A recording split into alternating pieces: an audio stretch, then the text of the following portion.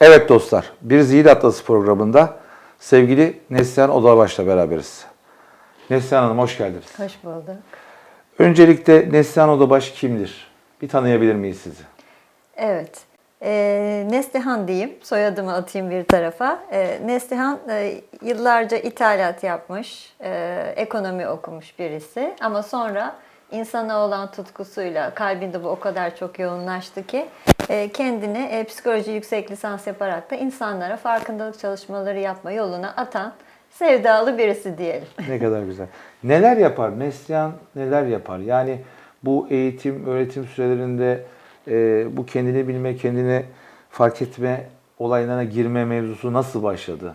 İlk önce tabii kendini fark etme çabaları. Aslında onun da öncesinde çocuklarına iyi bir anne olma çabası. Oradan başlıyor. Çoğu insan böyle başlıyor. Düzgün bir çocuk yetiştireyim diye bu alana girip ondan sonra kendini fark etme yolculuğu başlıyor.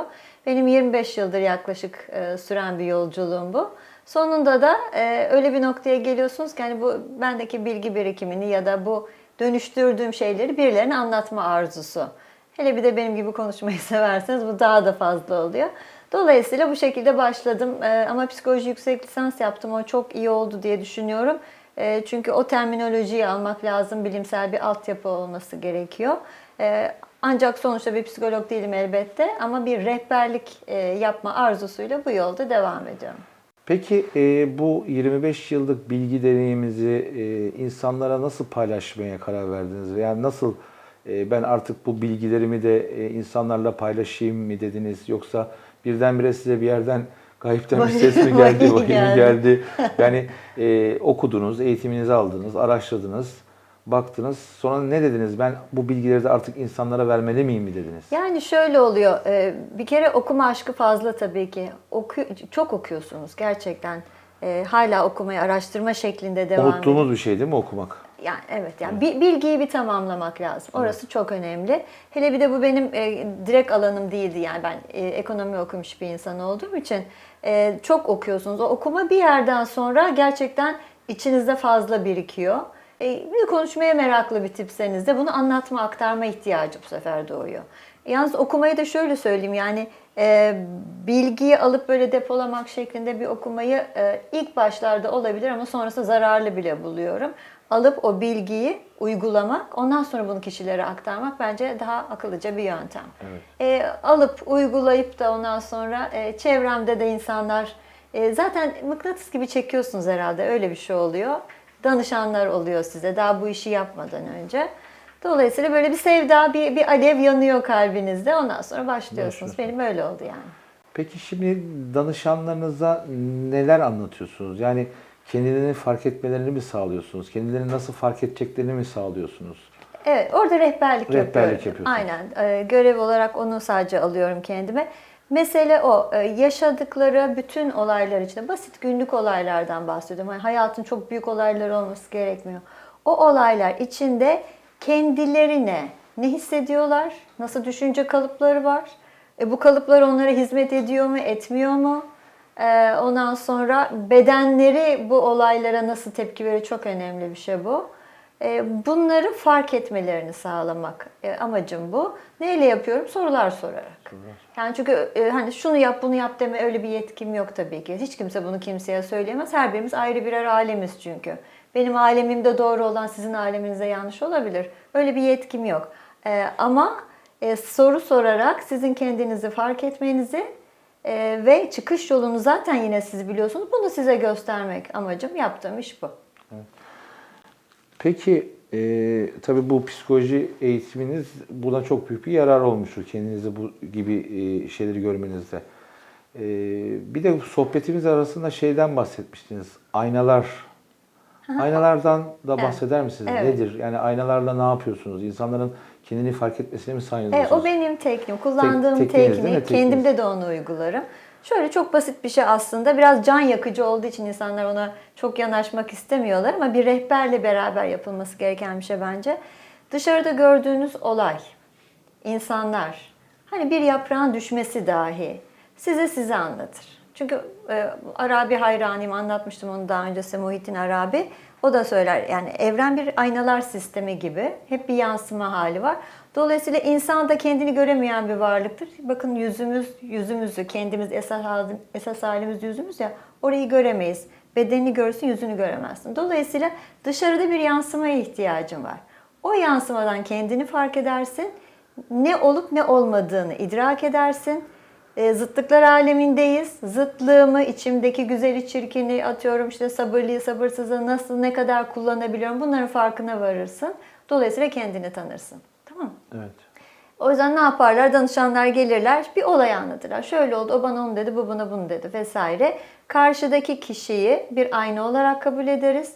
Ona bir sıfat veririz. Bütün hikaye anlatıldıktan sonra işte nasıl biri gördün karşında? Uyduruyorum, sabırsız.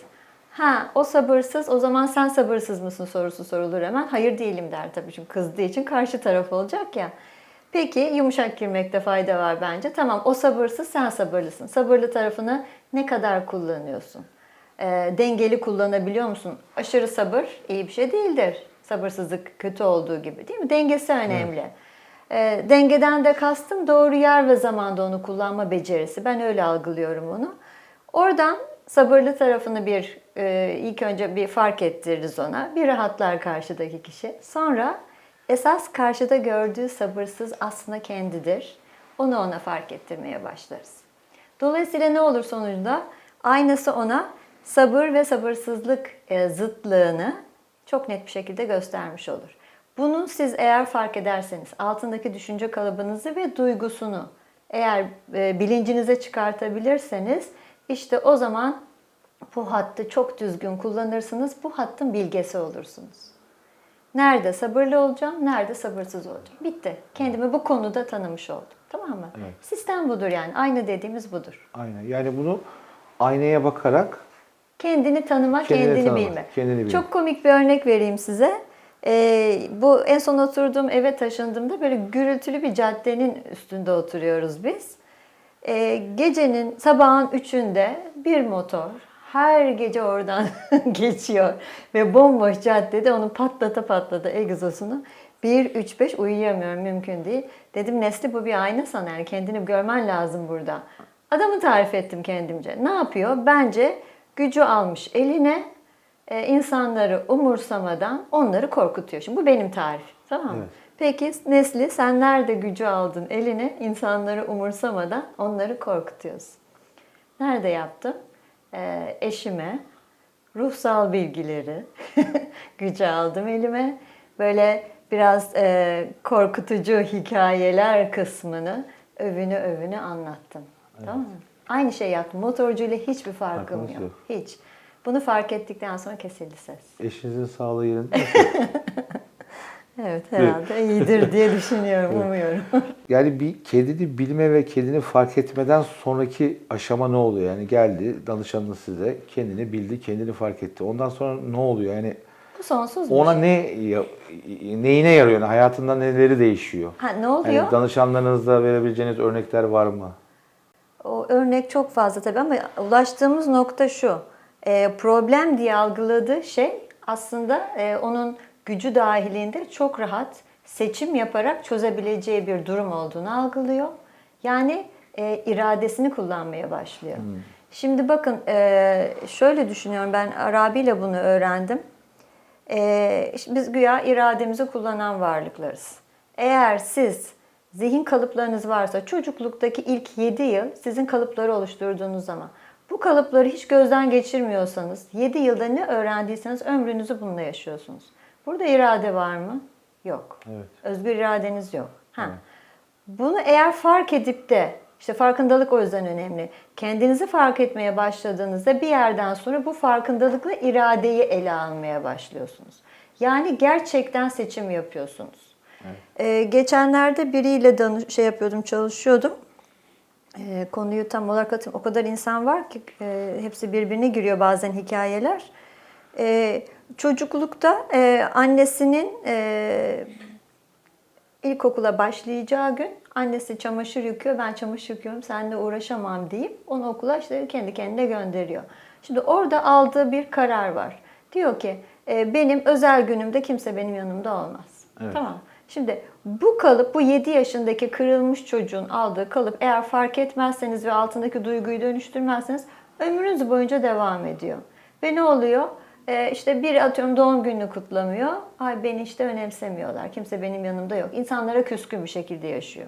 Ama alttaki bu yaralı çocuğu eğer hallederseniz o zaman işte anneyi biraz anlamak, çok anlamak da gerekmiyor. Anne haksız da olabilir, anne hatalı da olabilir ya da olmayabilir. Önemli değil. Oradaki duyguyu açığa çıkartıp aslında bu benim önemsenmem, dışarıdan alacağım bir şey, bir kazanç değil, bir beklenti değil. Ben zaten doğuştan önemliyim. Neden? Çünkü Yaradan beni yaratmaya değer bulmuş. Bu kadar. Başka hiçbir şey yok. Hani şişkin bir egodan bahsetmiyorum. Deyip eğer oradaki o duyguyu boşaltırsanız bundan sonra sizi önemseyen insanlarla önemsemeyen insanları çok net ayırt edersiniz. Seçiminizi ona göre yaparsınız. Anlatabildim mi? Evet. Önemli olan iradeni ortaya koymak, bilinçli seçim yapmak. Peki Bu işe yarıyor. tasavvufa da bir ayrı bir şeyiniz var. Merakınız mı diyeyim, Evet. beğeniniz mi var? Evet, çok. O nereden başladı? Yani tabii bilgi okumak derken tasavvufa da birdenbire yönlendiniz. Evet. O da şöyle, ben Batı eğitimi almış bir insanım. Dolayısıyla yani çok utanarak itiraf ediyorum ki ilk başlarda o kişisel gelişim kitaplarını okurken hep yabancı yazarları tercih ederim. Sanki onlar daha bilgiliymiş gibi. Sonra bir yerden sonra güzel Allah'tan bana farkındalık verdi de Anadolu'ya baktım. Müthiş bir bilgi var. İşte Mevlana'sı, Şems'e çok hayranım mesela ve diğerleri Yunus Emre vesaire. Burada insanı anlatan ve insanın o hani sırat-ı müstakim denen o esas ana yolda, doğru yolda gitmesini sağlayacak gerçek bilgi var. Bunu fark ettim. Sonrasında da Muhittin Arabi çıktı ki felsefesi bana çok uyuyor. Yani benim düşünce tarzım onunla çok çok paralel. Oradan çok şey öğrendim. Ve şunu da söyleyeyim, kişisel gelişimle başlayıp sonra bir yerde hani duvara toslamak diyelim ona ya da gidememek, yolun bitmesi, öyle yolun kapandığı bir nokta var orada. Sonrasında buradaki o engin bilgiye dalmadan insanın kendini çok da geliştiremeyeceği kanaatine vardım. Neden? Çünkü kişisel gelişimle bir bakın oradaki bilgiye. Çakralardan anlatayım, o dille söyleyeyim size. Ancak şu güç çakrasına kadar gelebiliyorsunuz. Yani sağlıklı bir ego oluşturabiliyorsunuz psikolojideki dille. Yetmiyor. Yani bakın burada kalıyorsunuz. Oysa bizim özellikle İslamiyet'te bizden istenen ne? Kalbe gir ve üstteki makamlara çık. Kalbe girmeden yolculuk olmaz. Burada dünyada kalıyoruz kişisel gelişimle. Ama tasavvuf ya da tasavvuf da demeyelim, Kur'ani bilgi bence esas olan o. Kur'ani bilgiyle kalbe girme imkanınız ortaya çıkıyor. Yaradan sizi kalbe sokarsa da yolculuğunuz devam ediyor. Evet. O yüzden o tarafı bence kesinlikle tamamlamak lazım. Son bir şey söyleyeyim. Şu çok önemli. Son olmasın daha söyle. Yok, bu bölümün sonunu söyleyeyim. Şu çok önemli. Geldiğim şu anki bilinç şu. Sizin günlük hayatta kendinizi keşfetme yolculuğunuzda muhakkak ama muhakkak Allah'ı Yaradan'ı katmanız lazım. Evet. Çünkü her şey onunla beraber, ondan ve onda. Bu gerçeğin içinde, yani siz onun içinde yüzüyorsunuz gibi düşünün. Onsuz bir ilerleme, kendini bilme bence mümkün değil. Evet.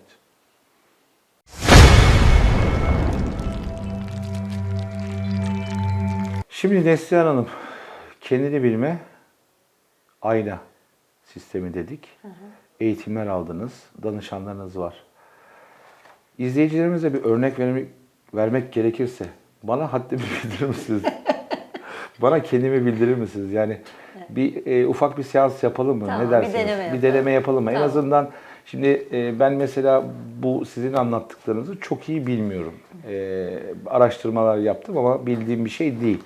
O yüzden Zihin Atlası'nda biz her hafta konusunda uzman kişileri almaya çalışıp bilmediklerimizi öğrenmeye gayret ediyoruz. Şimdi anlattığınız şeyler çok güzel. Bunun eğitimini almışsınız, psikoloji eğitimi almışsınız, kendinizi fark etmişsiniz ve insanlara da bu bilgileri aktarmaya başlamışsınız. Küçük bir seans yapalım, bana kendimi bildirin diyelim işte. Tamam, kendimi fark etmeme nasıl yardımcı olursunuz? Tamam. Şimdi sizin son zamanlarda sıkan, üzen ya da içinizde direnç yaratan herhangi bir olayı düşünün. Çok önemli bir olay olması gerekmiyor. Evet. Düşündüm. Söyleyin. Rahmetli babamın vefatı. Ha, Evet. Allah rahmet eylesin Sağ ol. bu arada. Seneyi devriyesi mi yoksa yeni mi vefat 51 gün oldu. Aa, 51 başınız gün, sağ yeni olsun. evet 51 gün Allah oldu. sabır En versin. acı, en yakın zamanda yaşadığım en acı şey. Evet. Tamam, şimdi demin ne dedik? Hani insanlar ya da olaylar bir ayna oluyor. Şimdi bu babanın vefatını nasıl anlamlandırıyorsunuz? Buraya bir tanım yapın bana. Buradaki vefat sizin için tam olarak ne demek? Şöyle söyleyeyim, sanki yani bir tarafınız boşalıyor, yok oluyorsunuz. Yani bir tarafınızda böyle dayandığınız bir şey var, o yok oluyor, gidiyor. Desteksiz kalmak gibi bir Gibi. şey mi Evet, bu? desteksiz kalmak. Yani hayatınızdan böyle bir anda ki babam benim hastaydı. Yani 7 senedir felçli bir yatalak bir hastaydı. Fakat onu vefat ettikten sonra şunu hissettim yani. Bir tarafım yok sanki yani boşaldı. Öyle bir hisse kapıldım. Tamam. Geçer diyorlar arkadaşlarım ama sevenlerim. Tabii muhakkak ki tabii. geçecektir. Ben de yaklaşık 9 ay önce annemi kaybettim. Buna yakın bir hissim Mekan. var benim de. Evet. Şimdi önemli olan şu. Şimdi bu üzücü olayı bırakalım, tamam mı? Yani bunu bir duygusal tarafını bırakalım, tanıma bakalım sadece. Babanın kaybı eşittir desteksiz kalmak. Tamam. Şimdi içinizde bir parça var. Küçük bir çocuk var ki babadan destek almayı çok çok önemsiyor. Tamam, bu çok doğal bir şey. Küçük çocukken zaten böyleyiz ama yaşımız ilerledikçe artık ayaklarımızın üzerine basıp kendimizi bilmeye başladığımızda, değil mi? Bu desteği yani şöyle ihtiyaç duydukça alıp ama esas kendimizi ayağa kaldırmamız gerekiyor. Demek ki küçük çocuk bakıyor. Bu desteği bir daha tanımlayalım. Ne demek? Ne tür bir destek alıyorduk babadan? Yani nasıl bir destek yok? Herhalde manevi bir destekti. Yani rahmetli zaten hastaydı.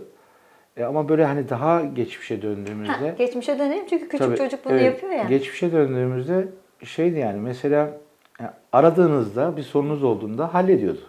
Heh, çok güzel. Yani problemim olursa çözecek bir baba, değil Evet, mi? evet. Demek ki içinizdeki çocuk bir problemi olursa destek almadan onu çözemeyeceğine inanmış. Evet. Doğru mu? Büyük ihtimalle. Evet. Ben bu konuya da nereden girdim abi ya? Kendi kendimi yaktım ya. Şimdi size Kendi komik bir kendime. şey söyleyeyim. Böyle çalışmaları insanlar, benim gruplarım artık öğrendiler. Çok böyle hevesli Bu girmiyor. konuda da hiç kendimi tutamıyorum ha. Bunları keserim. Rahatlayın, Yani- ağlayın. Ben hemen gözyaşlarını serbest bırakın. Şimdi duygu boşalıyor şu anda. Tamam mı? Müthiş bir şey. Şimdi oradaki küçük çocuk babanın desteği olmazsa problemlerin çözülmeyeceğini zannediyor. Şimdi siz şu bilinçli halinizle o çocuğa ne söylersiniz? Yani problemlerinizi zaten kendiniz çözmüyor musunuz? Evet.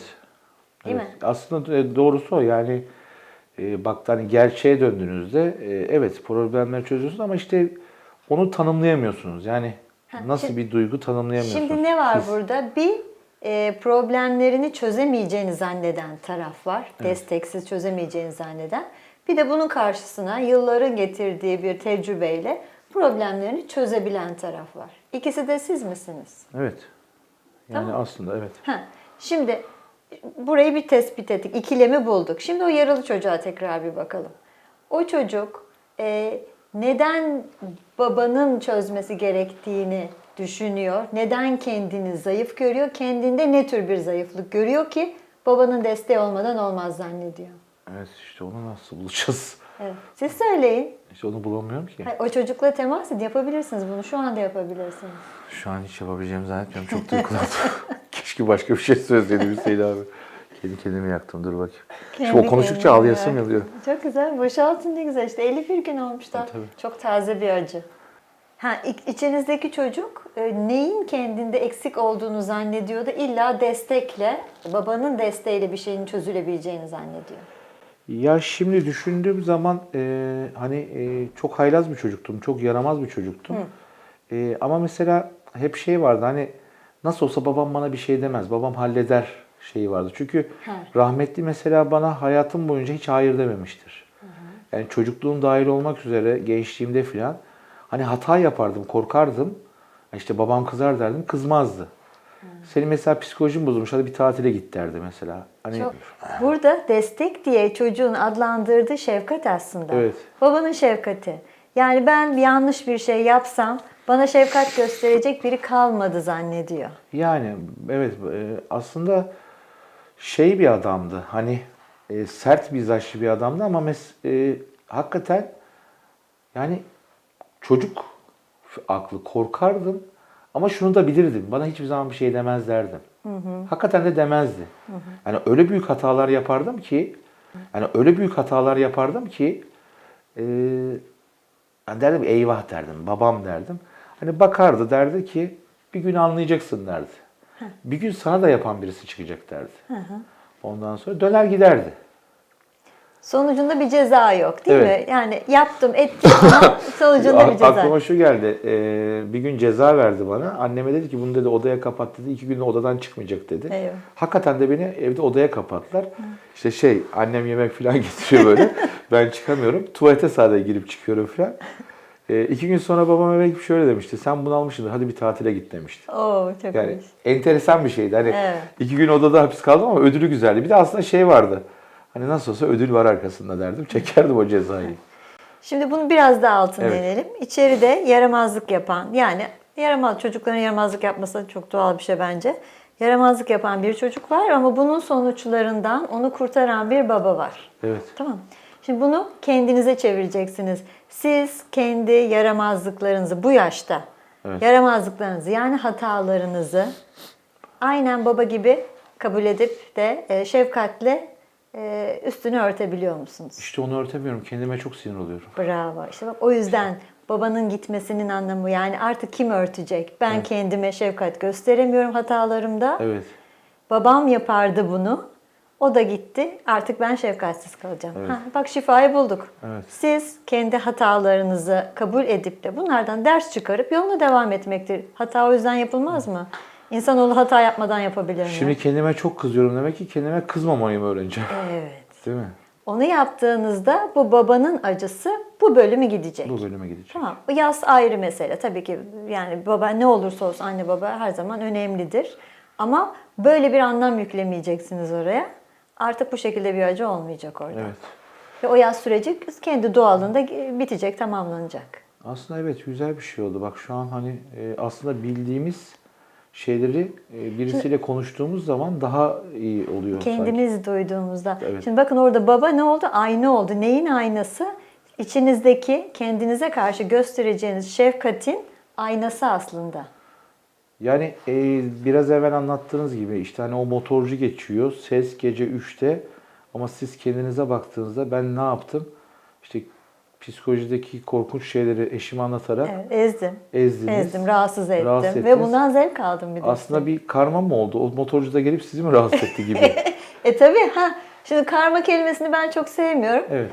Şunu daha çok söyleyeyim. Ne yaparsanız sonucuna katlanırsınız. Yani evet. Sonucunu yaşarsınız. Yani sistem böyle. Tasavvufta da böyle değil mi Tabii zaten? ki. Yani anlatılanlar kınarsanız kınanırsınız. Kınanırsınız. Evet, yani siz İfşa ederseniz ifşalanırsınız. hatta ne iseniz dışarıda onu görürsünüz. Evet. Bu kadar. Yani sistem size bunu otomatik verir ki işte aynanı oku, kendini anla, bak sen burada yanlış yapıyorsun. Şimdi sizin içinizdeki küçük çocuğa sistem yaradan bana göre diyor ki kendine eziyet etme. Hatalarını kabul et. Burada şefkatle yaklaş ama dersini al tabii ki. Doğruyu devam et. Ben sana bunu şimdiye kadar babanla yansıttım. Artık yetişkin oldun. Babana ihtiyacın yok, kendin yaptın. Evet, aslında bazen kızıyorum yani 51 yaşına geldik diyorum hani, ama işte şu var, ben hep şunu diyorum, o içimizdeki çocuk hala ölmedi. O çocuğu öldüremedik herhalde. Hep çocuğuz. Yani bir tarafımız hep çocuk. O ölmesin, o olgunlaşsın. Olgunlaşsın, Derdimiz değil o. mi? Ancak o zaman bilgi olacağız. Tabii. Yani ben hep şöyle söylüyorum. Şimdi içinde bir 3 yaşında çocuk var ve sen bir holdingin başındasın şu anda. 3 yaşındaki çocuğa holdingi Şu an aklıma yönettiriyorsun. Haribo reklamları geldi. Aynen. Şimdi. Yani. Yani olmaz ki 3 yaşındaki çocuk holdingi yönetmemeli. Evet, Olmaz. evet. Değil mi? Neslihan Hocam, öncelikle çok teşekkür ediyorum. Ben teşekkür ederim. Estağfurullah. Bazı şeyleri farkındaydım. Haddimi bildirdiniz. Estağfurullah. Ya farkına vardım. Aslında farkındayız. Aslında eminim ki şu an bu yayını izleyen birçok izleyicimiz bazı şeylerin farkında ama işte onu dediğiniz gibi şimdi öyle güzel şeyler söylediniz ki işte ayna olduk. Aynada gördük. Şifayı bulduk. Aslında şifayı da biliyoruz ama maalesef nedense yapamıyoruz. Bravo. Her şey insanda. İnsanın eksik hiçbir tarafı yok. Mantığı da çok basit çünkü Yaradan herkese kendi özelliklerini yansıtarak ortaya, bütün varlık alemi onun bir yansıması gibi hayal edin. Şimdi yani orada bir eksiklik varsa Yaradan'da eksiklik varmış demektir. Bu doğru değil. Dolayısıyla tam bütünüz, bütün bilgiye sahibiz. Biraz önce anlatmıştım hani şuraya kadar göbek çakrasına kadar gelebiliyoruz, güç noktasına kadar. Neden oraya kadar gelebiliyoruz? Yani hani İlk alttaki 3 çakra korkularınızdır. İşte suçluluk veya kontrol çabanızdır bir üstü. Burası da sağlıklı güç noktasıdır. Ya da bunu sağlıklı kullanmazsınız. Böyle çok zalim insanlar vardır. Buraya kadar çıkmıştır 3. çakraya kadar ama bunu yanlış kullanırlar. Tamam. Burası egonun alanı. evet. Buraya geldiğinizde sağlıklı ego oluşur. Yani dengedeki bir ego oluşur. Ondan sonra eğer burayı oluşturursanız sevgi, şefkat boyutuna kalbe çıkabilirsiniz. Yoksa çıkamazsınız. Evet. Evet, çok güzel. Neslihan Hocam, şimdi danışanlarınıza böyle bana şu an demin yaptığınız gibi yardımcı oluyorsunuz. Evet.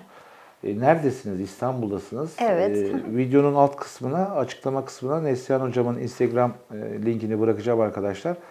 Ulaşmak isteyenler sizlere ulaşabilirler, Tabii, değil mi? elbette, çok memnunum. Öncelikle çok teşekkür ederim. Beni çok, yani bir arkadaşlar, bir şey oldum yani, güzel aslında. Neslihan Hocam bildiğim şeyleri söyledi ama tuhaf şey, güzel. Tabii ki bu konuda okumuş, yüksek yapmış, psikoloji eğitimi almış ve kendi kendini yetiştirmiş bugünlere geldi. 25 yıllık bir tecrübeyle. Benim çok hoşuma gitti. Eminim sizlerin de hoşuna gitmiştir. Dediğim gibi açıklama kısmına Neslihan Hocam'ın Instagram adresini bulacağım. Ulaşabilirsiniz. Son neler söylemek istersiniz hocam? Çok aslında en önemli şey insanın gerçekten kendini bilmesi. Şimdi biraz önce yaşadığınız o deneyimle bundan sonra artık kendinize çok daha şefkatli, çok daha kabul edici bir bakış açınız olacak. Bunun mutluluğu bütün alanınıza yayılacak. Bütün İnşallah. deneyimlerinize yayılacak. O yüzden bırakalım, dışarıyla uğraşmayalım. O bana onu yaptı, burada şu oldu, ben nasıl kurban insanım, işte hayat bana niye böyle davranıyor falan gibi şeylerle uğraşmak yerine bütün yaşadığımız olaylarda sadece kendimize dönelim. Ben ne hissediyorum? Hangi yaralı çocuk var içimde? Bunu bulduğunuzda dışarısı zaten düzeliyor. Sizin yansımanızdır dışarısı. Dışarıdan memnun değilsem içeriği düzelteceğim. Bu kadar basit yani. Çok teşekkür ediyorum. Ben teşekkür ederim. Dostlar, bu haftada Zihin Atlası'nda Neslihan Odabaş'la beraberdik. Her hafta değişik konularla, değişik konuklarla sizlerle olmaya gayret edeceğiz. Sormak istediğiniz sorular, istediğiniz konuklar varsa yorumlarda Ziyaretçiler Instagram 34 adresinden veya WhatsApp hattımızdan bildirin. Hepiniz kendinize iyi bakın.